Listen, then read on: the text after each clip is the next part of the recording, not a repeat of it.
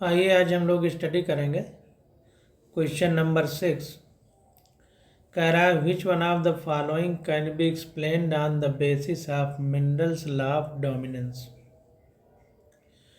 तो ये 4-5 हमको ऑप्शन दिए गए हैं, 4-5 पॉइंट दिए गए हैं और कह रहा है कि मेंडल्स का जो लॉ ऑफ डोमिनेंस है यानी प्रभाविता का नियम है, उसके आधार पर हम किन किन पॉइंटों को एक्सप्लेन कर सकते हैं, ये हमको बताना है। तो इस क्वेश्चन को करने से पहले हमें ये बात पता होनी चाहिए कि मेंडल्स का लॉ ऑफ डोमिनेंस का जो नियम था वो क्या है। तो मेंडल का प्रभाविता नियम के आधार पर हम लोगों ने पढ़ा था कि जब हम किन्हीं दो लक्षणों को चूज करते हैं, जैसे मेंडल ने मटर में लंबे और बौनेपन को चूज किया था, तो ये अलग अलग एलील्स द्वारा या फैक्टर जिनको कहा था, जीन्स कहा था, उनके द्वारा ये कंट्रोल होते हैं। देखिए एलील अलग बात है, जीन अलग बात है, लेकिन एनसीईआरटी में कहीं उसी चीज़ को एलील लिखा है, कहीं उसी को जीन लिखा है, इसलिए हम दोनों शब्द यूज कर रहे हैं। तो यहाँ पर जो जीन होती है चरित्र को कंट्रोल करती है। तो जैसे लंबापन है, बौनापन है, इसके लिए 2 एलील होते हैं। तो लंबेपन के लिए कैपिटल टी, बौनेपन के लिए स्मॉल टी हम लोग लिखते थे। तो अगर कैपिटल टी होगा तो हर हाल में पौधा F1 पीढ़ी में लंबा होगा और F2 पीढ़ी में भी लंबा होगा।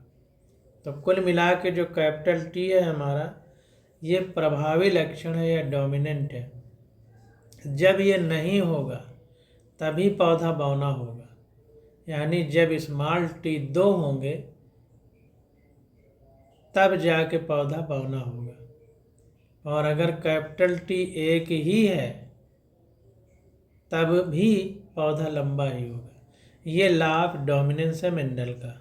अब देखिए सारे पॉइंट पढ़ते हैं और पढ़ के आंसर देने का प्रयास करते हैं। तो पहला है, कह रहा है out of 1 gene of factors 1 is dominant and the other is recessive. तो अगर 1 पेयर फैक्टर है तो उनमें एक डोमिनेंट होता है, एक रेसेसिव होता है। तो अभी हमने लॉ ऑफ डोमिनेंस में पढ़ा कि एक जीन के 2 एलील होते हैं, इनमें से एक लंबाई को कंट्रोल करता है और एक बौनेपन को। तो जाहिर सी बात है कि 2 ही होंगे, मतलब जोड़े में होते हैं जो फैक्टर होते हैं, उनमें एक डोमिनेंट होता है, एक रिसेसिव होता है। इसका मतलब ये बात सही है। तो ए वाला हमारा करेक्ट हो गया। अब देखिए अगला पॉइंट देखते हैं। कह रहा है alleles do not show any expression and both the character appears as such in F2 generations. तो कह रहा है कि जो एलील्स होते हैं do not show any expression, अपना कोई एक्सप्रेशन नहीं शो करते हैं, and both the characters appears as such in F2 generation, और दोनों प्रकार के यानी लंबेपन और बौनेपन दोनों प्रकार के चारित्रिक लक्षण F2 पीढ़ी में दिखाई देते हैं। तो ध्यान दीजिए, बहुत इम्पॉर्टेंट है कि जो स्मॉल टी था हमारा बौनेपन के लिए था, कैपिटल टी हमारा लंबेपन के लिए था। जब एक भी कैपिटल टी नहीं होगा तभी बौना पौधा उत्पन्न होगा। तो जाहिर सी बात है कि जब कैपिटल टी जो कि एक एलील है नहीं है, केवल स्मॉल टी है, तभी बौना पौधा उत्पन्न हो रहा है। तो ऐसा कैसे संभव है कि जो एलील है वो एक्सप्रेस नहीं कर रहा कैरेक्टर को। तो ये बी वाला हमारा गलत हो जाएगा, क्योंकि इसने लिख दिया कि alleles do not show any expression. Allele का कोई एक्सप्रेशन नहीं है, जबकि है लंबेपन का एलील लंबे पौधे को जन्म देगा, बौनेपन का एलील बौने पौधे को जन्म देगा। तो एलील का एक्सप्रेशन हो रहा है, मतलब उसके चरित्र का एक्सप्रेशन हो रहा है। वो अलग बात है कि F2 पीढ़ी में जो है स्मॉल टी वाला बौना होता है, बाकी कैपिटल टी एक रहता है, 2 कैपिटल टी स्मॉल टी होते हैं। तो इसलिए बी हमारा गलत हो जाएगा। अब सी वाले में देखते हैं कह रहा है फैक्टर्स आकर in pair in normal diploid plants. तो जाहिर सी बात है कि जैसा द्विगुणित पौधा है 2n नंबर है अगर क्रोमोसोम के, तो उनमें क्या होता है कि जो फैक्टर होते हैं, जो कारक होते हैं, जिनको हमने मेंडल ने फैक्टर कहा, उन्हें ही अब जीन कहा जाता है। तो वो पेयर में होते हैं, ये बात सत्य है। जैसे कैपिटल टी स्मॉल टी। अब ध्यान दीजिए कि इसी को जीन इसी को एलील, यहाँ पर थोड़ा सा जो एनसीईआरटी में लिखा है कहीं पे उसी चीज़ को जीन लिख दिया गया है, कहीं पे उसी को एलील। तो हमें समझना है कि जो फैक्टर है लंबे और बौने पौधे के, वो पेयर यानी जोड़े में रहते हैं। जैसे कैपिटल टी स्मॉल टी या कैपिटल टी, जहाँ भी पढ़ा है वो सब जोड़े में रहते हैं। तो ये चीज़ हमारी सी वाला ऑप्शन करेक्ट हो जाएगा। अब डी वाले ऑप्शन में देखते हैं, कह रहा है the discrete unit controlling a particular character is called factor. तो एक डिस्क्रीट यूनिट यानी विशेष जो यूनिट है, इकाई है, वो पर्टिकुलर कैरेक्टर को कंट्रोल करती है। उसी को मेंडल ने फैक्टर कहा था, आज हम उसे जीन कहते हैं। तो डी विकल्प भी हमारा करेक्ट हो जाएगा। अब ई वाले में आते हैं, कह रहा है the expression of only one of the parental character is found in a monohybrid cross. तो कह रहा है कि जो मोनोहाइब्रिड क्रॉस है, एक संकर क्रॉस है, जिसमें केवल एक लक्षण को ध्यान में रख करके हम लोग क्रॉस कराते हैं।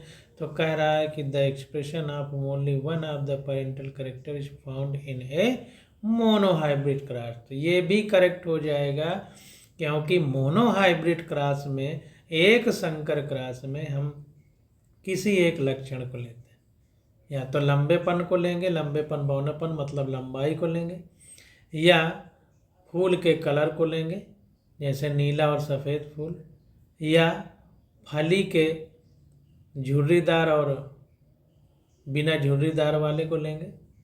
तो इस प्रकार से जब एक कैरेक्टर लेते हैं तो वो मोनोहाइब्रिड क्रॉस कहलाता है। तो बी के अलावा सारे विकल्प हमारे करेक्ट हो जाएंगे। बी में अगर ये ना लिखा होता alleles do not show any expression, तो ये भी जो है सही हो जाता है, क्योंकि F2 जो जनरेशन है हमारी, इसमें दोनों कैरेक्टर शो होते हैं। लंबे वाले पौधे भी होते हैं, बौने वाले भी होते हैं। 3:1 के अनुपात में फिनोटाइप रहता है और 1:2:1 के अनुपात में जीनोटाइप रहता है, जैसा हम एनसीईआरटी में पढ़ चुके हैं। तो इस हिसाब से देखा जाए तो A, C, D, E सही हो जाएंगे। अब देखते हैं किस विकल्प में है। तो देखिए बी में A, C, D, E है, इसलिए बी विकल्प हमारा करेक्ट हो जाएगा। अब देखिए इसका सॉल्यूशन थोड़ा समझ लेते हैं। तो कह रहा है according to law of dominance, प्रभाविता के नियम के हिसाब से क्या क्या है, characters are controlled by discrete unit called factors. जो चारित्रिक लक्षण होते हैं वो एक विशेष यूनिट द्वारा नियंत्रित होते हैं, उन्हीं को मेंडल ने फैक्टर कहा था। फैक्टर आकर्स इन पेयर, जो फैक्टर होते हैं वो जोड़े में होते हैं, जैसे कैपिटल टी और स्मॉल टी। कह रहा है in a dissimilar pair of factor one member of the pair dominant other is recessive. जो पेयर में होते हैं फैक्टर, उनमें से क्या होता है कि एक डोमिनेंट होता है और दूसरा रिसेसिव होता है। जैसे कैपिटल टी स्मॉल टी, इसमें कैपिटल टी हमारा डोमिनेंट है और स्मॉल टी हमारा रिसेसिव है। आगे देखिए कह रहा है कि the law of dominance is used to explain the expression of only one of the parental character in a monohybrid cross. तो जाहिर सी बात है कि एक संकर क्रॉस में एक लक्षण को ध्यान में रख करके क्रॉस कराया जाता है। तो law of segregation is based on the fact that the allele do not show any expression and both the characters are recovered as such in F2 generation. तो ये जो बी वाला पॉइंट हम लोगों ने ऊपर पढ़ा, वो लॉ ऑफ सेग्रीगेशन पर आधारित है। तो law of segregation is based on the fact that the alleles do not show any expression and both the characters are recovered as such in F2 generation. तो अगर हम लॉ ऑफ सेग्रीगेशन की बात करें तो उसके हिसाब से बी वाला ऑप्शन सही होगा, जबकि हमें लॉ ऑफ डोमिनेंस के हिसाब से आंसर देना है कि लॉ ऑफ डोमिनेंस को कौन कौन से हमारे पॉइंट फॉलो कर रहे हैं। तो ए सी डी ई ये सब लॉ ऑफ डोमिनेंस को फॉलो कर रहे हैं, जबकि बी पॉइंट हमारा लॉ ऑफ सेग्रीगेशन को फॉलो कर रहा है। तो एनसीईआरटी में आप लोग मेंडल के नियमों को और अच्छे से पढ़ेंगे तो और अच्छा से क्वेश्चन कर पाएंगे।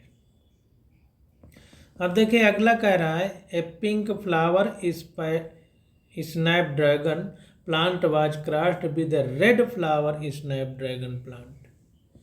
तो हमने स्नैपड्रैगन प्लांट लिया है, उसमें से एक गुलाबी कलर के फूल को लाल कलर के फूल के साथ क्रॉस करा दिया गया।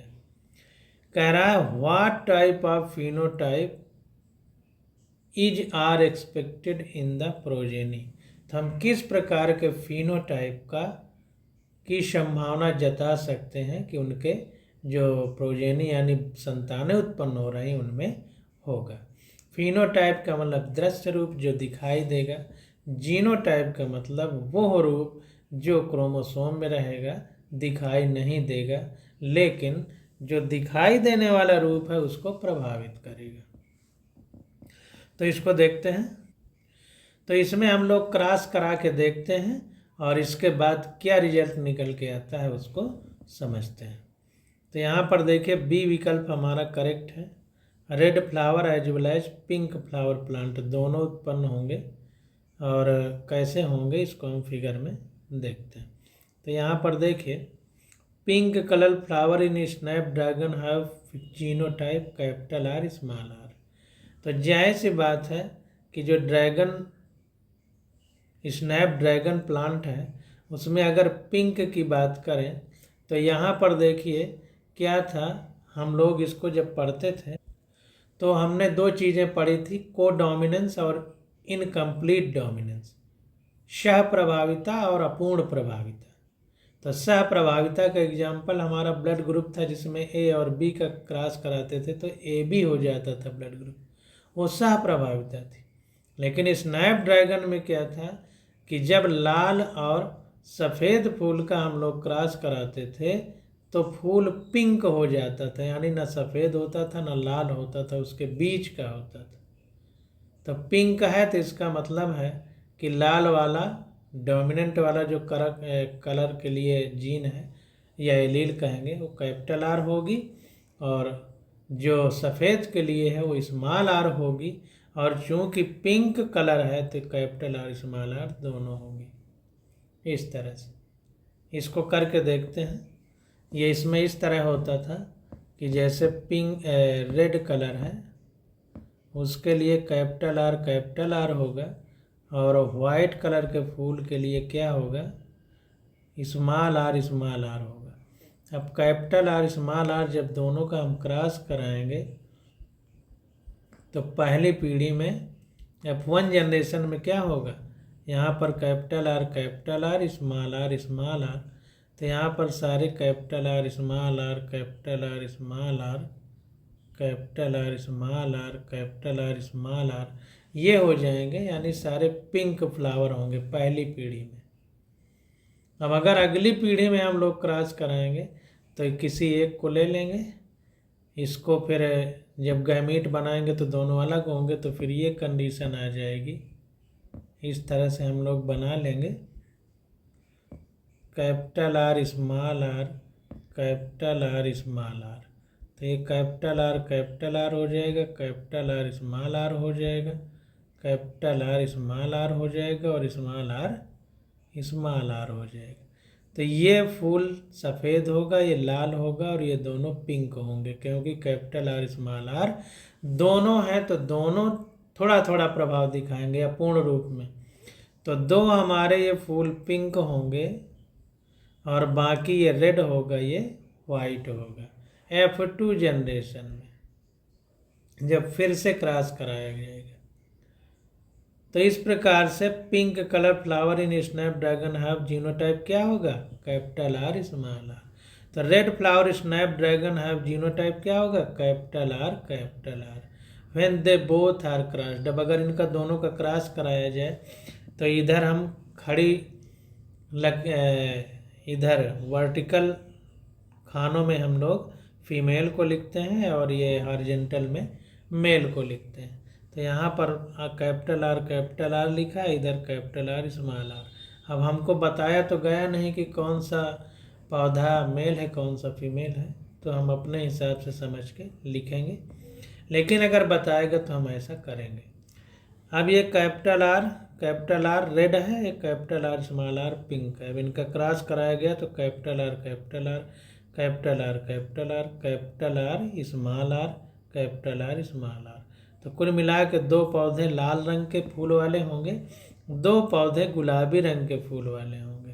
तो रेड और पिंक का रेशियो 2:1 का होगा। स्मॉल आर कहीं भी नहीं है, जैसे यहाँ पर आया है, तो वाइट कोई भी नहीं होगा। Show the progeny that have get a red and pink flower plant only. तो केवल लाल और गुलाबी रंग के फूल वाले पौधे हमको प्राप्त होंगे। तो इस प्रकार से बी विकल्प हमारा करेक्ट हो जाएगा। Red flower as well as pink flower plant प्राप्त होंगे। तो बी वाला विकल्प हमारा करेक्ट हो जाएगा। अब देखिए क्वेश्चन नंबर 8 देखते हैं। कह रहा है in a plant black seed colour capital B R capital B small b. अब जाहिर सी बात है ब्लैक कलर सीड जो है डोमिनेंट कैरेक्टर होगा, इसलिए एक स्मॉल बी होने पर भी ब्लैक कलर सीड ही है। Is dominant over white seed colour, देखिए लिख भी दिया, वाइट सीड कलर स्मॉल भी होगा, एक भी कैपिटल भी नहीं है, तो इसलिए अप्रभावी लक्षण प्रकट हुआ। कह रहा है in order to find out the genotype of the black seed plant with which of the following genotype will you cross it. तो कह रहा है जब हम इस तरह के इनको क्रॉस कराएंगे तो कह रहा है कि ब्लैक सीड प्लांट का जीनोटाइप क्या होगा। In order to find out the genotype of the black seed plant with which the following genotype will you cross it. तो क्रॉस करा के देखते हैं, अपने आप ही रिजल्ट निकल के सामने आ जाएगा। तो यहाँ पर देखिए आंसर हमारा बी करेक्ट है। स्मॉल बी जो है ये हमारा वाइट सीड के लिए था। तो इसको देखते हैं करके समझ में आएगा। तो देखिए कह रहा है कि to determine the genotype a black seed colour at F2 the black seed from F2 is crossed with the white seed colour, this is called a test cross. तो ध्यान दीजिए कि जब हम किसी पौधे का जीनोटाइप जानने के लिए प्रयास करते थे तो हम लोग क्या करते थे, टेस्ट क्रॉस कराते थे। तो टेस्ट क्रॉस में क्या होता था कि शुद्ध, जैसे कैपिटल टी स्मॉल टी है, ये भी पौधा लंबा होगा, और कैपिटल टी ये भी पौधा लंबा होगा, दोनों लंबे होंगे। तो हम देख कर नहीं बता सकते कि इनका जीनोटाइप क्या है, इसके लिए हम टेस्ट कराते हैं। तो जाहिर सी बात है कि आपका जैसे टेस्ट लिया जाता है तो आप कितना पढ़े हैं, सही में कितना पढ़े हैं, वो चीज़ निकल के सामने आती है। तो वास्तविकता में सही कौन है ये हमको बताना है। तो जाहिर सी बात है कि जो स्मॉल टी है ये पौधा ड्वार्फ ही होता है, बौना ही होता है, तो ये 100% शुद्ध है। तो परीक्षा की किस लिए जाती है, शुद्धता के लिए। तो ये शुद्ध है, तो जब इससे इनका क्रॉस कराएंगे तो हम जो है जान पाएंगे कि जो ब्लैक सीड वाला प्लांट है उसका जीनोटाइप क्या है। तो जाहिर सी बात है कि हम रिसेसिव वाले से क्रॉस कराते हैं, इसलिए स्मॉल बी चूँकि रिसेसिव है, इसलिए बी वाला विकल्प हमारा करेक्ट है, इसको ध्यान देना। तो to determine the genotype of capital B small B black seed we need to cross them with white seed that is capital small B. तो ब्लैक सीड जो कैपिटल बी वाले होंगे या कैपिटल बी स्मॉल बी वाले होंगे, अगर हम इनके जीनोटाइप को जानना चाहते हैं तो हम सफ़ेद बीज वाले जिनका जीनोटाइप स्मॉल बी है उससे क्रॉस करा देंगे और हमको ये चीज़ पता चल जाएगी। तो इस प्रकार से बी विकल्प हमारा करेक्ट हो जाएगा। अब अगला क्वेश्चन देखते हैं। कह रहा है match list first with list second. तो पहले लिस्ट को दूसरे लिस्ट से मैच करना है। तो 2 are more alternative form of a gene by cross कह रहा है। 2 are more alternative of the gene को क्या कहते थे? एलील कहते थे। अब अगला है cross of F1 progeny with homozygous recessive plant. इसी को टेस्ट क्रॉस कहते थे, होमोजाइगस रिसेसिव प्लांट, यानी स्मॉल टी या जैसा अभी हमने ऊपर पढ़ा स्मॉल बी। तो किसी चीज़ का टेस्ट क्रॉस का मतलब होता है कि उसके रिसेसिव होमोजाइगस रहेगा ही। अगर एक भी आ गया डोमिनेंट वाला तो वो रिसेसिव कैरेक्टर को शो ही नहीं होने देगा, तो होमोजाइगस ही रहेगा। अब कह रहा है cross of F1 progeny with any of the parent. तो cross of F1 progeny with any of the parent में इसे बैक क्रॉस कहेंगे। Cross of F1 progeny with any of the parent. Parent जो संतानें पहली पीढ़ी में पैदा हुई वही F1 प्रोजेनी है। अब उनके फिर पेरेंट से क्रॉस कर रहे हैं, यानी पिछली पीढ़ी में हम जा रहे हैं, तो जाहिर सी बात है इसे बैक क्रॉस कहते हैं, क्योंकि बैक में जा रहे हैं। Number of chromosome set in plant, तो इसको प्लॉइडी बोलते हैं। Number of chromosome set in plant, तो क्रोमोसोम का जो सेट होता है उसको प्लॉइडी बोलते हैं। डबल सेट होते हैं तो डिप्लॉइडी, ट्रिपल में होते हैं तो ट्रिप्लॉइडी, और सेट में कोई गड़बड़ी होती है, एक जुड़ता है या एक निकल जाता है, इसे एन्यूप्लॉइडी बोलते हैं। पीछे हम लोग सारी चीज़ें पढ़ चुके हैं। तो यहाँ पर देखिए हमारा सी वाला विकल्प करेक्ट हो जाएगा, सी विकल्प। इसको देख लेते हैं सॉल्यूशन भी। तो देखिए कह रहा है 2 are more alternative form of gene is called allele. तो जीन के जो 2 अल्टरनेटिव फॉर्म होते हैं जो कैरेक्टर को शो करते हैं उनको हम लोग क्या बोलते हैं? एलील बोलते हैं।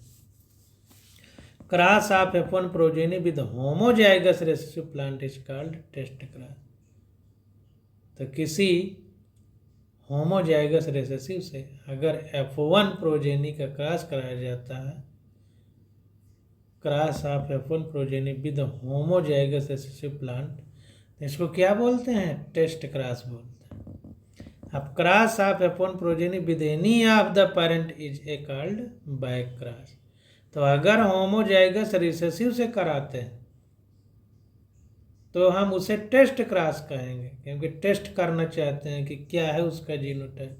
लेकिन अगर दोनों में से किसी से भी करा दें तो इसे हम बैक क्रॉस कहते हैं, कि मतलब पिछली पीढ़ी में क्रॉस करा रहे हैं। अब number of chromosome set in plant is called ploidy.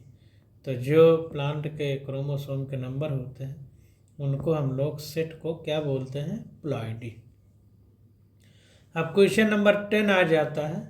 कह रहा है as per ABO blood grouping system the blood group of father is B positive, mother is A positive and child is O. Their respective genotype can B.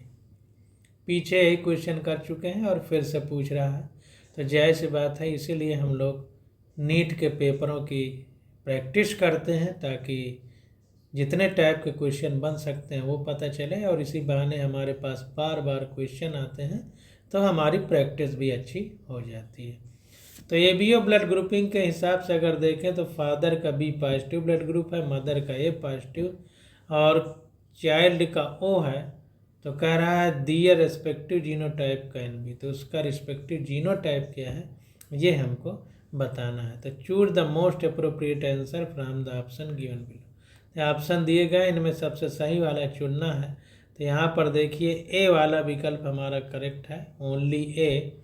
यहाँ पर देखते हैं ये वाला केवल करेक्ट है, या तो आई बी आई होगा small I A small I होगा, या स्मॉल आई होगा। तो जाहिर सी बात है कि ओ का मतलब ही होता है कि उसमें ए बी में से कोई एक हो या दोनों ही ना हो, तभी ब्लड ग्रुप ओ बनता है। ओ का मतलब हम जीरो लिखते हैं, जैसा हमने आपको पीछे बताया था कि हम कहते जरूर ब्लड ग्रुप ओ है, लेकिन उसका मतलब होता है जीरो, यानी कोई भी उसमें एंटीजन ना हो, ना ए हो ना बी हो, या अगर हो तो कम से कम एक रिसेसिव कैरेक्टर वाला हो। तो इसको देखते हैं। तो यहाँ पर देखें, कह रहा है genotype of father with blood group B positive. तो बी पॉजिटिव ब्लड ग्रुप है अगर, तो जाहिर सी बात है कि इसमें बी पॉजिटिव में चूंकि बच्चे का ब्लड ग्रुप ओ है, तो जाहिर सी बात है कि दोनों बी नहीं हो सकते। एक कैपिटल बी होगा, मतलब आई बी होगा, तो दूसरा स्मॉल आई, या स्मॉल आई आई बी। इसी प्रकार जीनोटाइप ऑफ मदर का ब्लड ग्रुप ए पॉजिटिव है, तो दोनों में ए नहीं हो सकता, क्योंकि फिर ब्लड ग्रुप ओ बनेगा ही नहीं, कोई एक होगा, आई ए आई होगा या आई ए होगा। तो genotype of child with blood group O positive equal to small I, hence only A is correct, इसलिए केवल ए ही करेक्ट। अब इसको हम लोग और विस्तार से देख लेते हैं कि जैसे मान लीजिए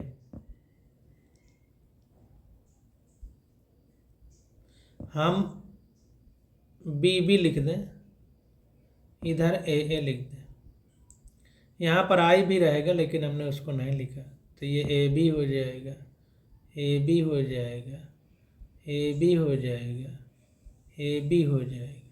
तो ब्लड ग्रुप ए बी बनेगा, ओ नहीं बन सकता। तो इसीलिए आई ए आई बी नहीं हो सकते।